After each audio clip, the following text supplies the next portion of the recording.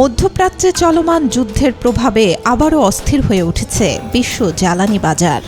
মাত্র এক সপ্তাহের ব্যবধানে অপরিশোধিত জ্বালানি তেলের দাম বেড়েছে প্রায় ৩০%।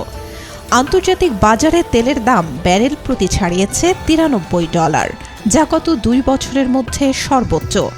বিশ্লেষকদের আশঙ্কা, এই পরিস্থিতি দীর্ঘস্থায়ী হলে বিশ্ব অর্থনীতিতে নতুন করে চাপ তৈরি হতে পারে।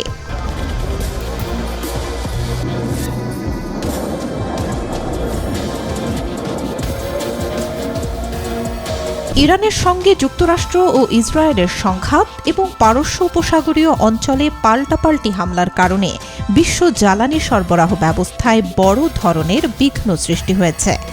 বিশেষ করে কৌশলগতভাবে গুরুত্বপূর্ণ হরমুজ প্রণালী দিয়ে জাহাজ চলাচল প্রায় বন্ধ হয়ে পড়েছে।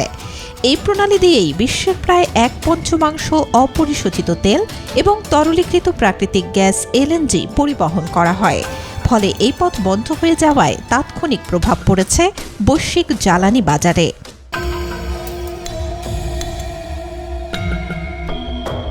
আন্তর্জাতিক মানদণ্ড অনুযায়ী ব্রেন্ট ক্রুড তেলের দাম শুক্রবার প্রায় ৮.৫% বেড়ে ব্যারেল প্রতি প্রায় $93 পৌঁছেছে।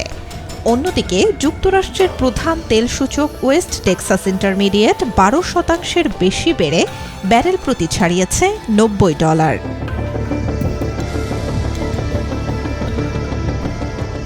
এদিকে দক্ষিণ ও উত্তর ইরাকের কয়েকটি তেলক্ষেত্রে হামলার খবর পাওয়া গেছে।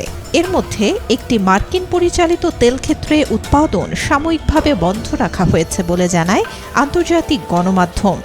অন্যদিকে উৎপাদন ও সংরক্ষণ সক্ষমতার সীমাবদ্ধতার কারণে কুয়েতও তেল উৎপাদন কমাতে শুরু করেছে।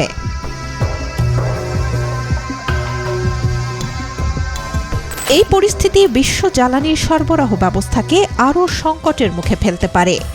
অর্থনীতিবিদরা বলছেন, দীর্ঘ সময় ধরে তেলের দাম বেশি থাকলে বিশ্বজুড়ে আবারও মুদ্রাস্ফীতি বাড়বে। এতে পরিবহন খরচ বাড়ার পাশাপাশি পণ্য উৎপাদন ও সরবরাহ ব্যবস্থাও ব্যাহত হতে পারে।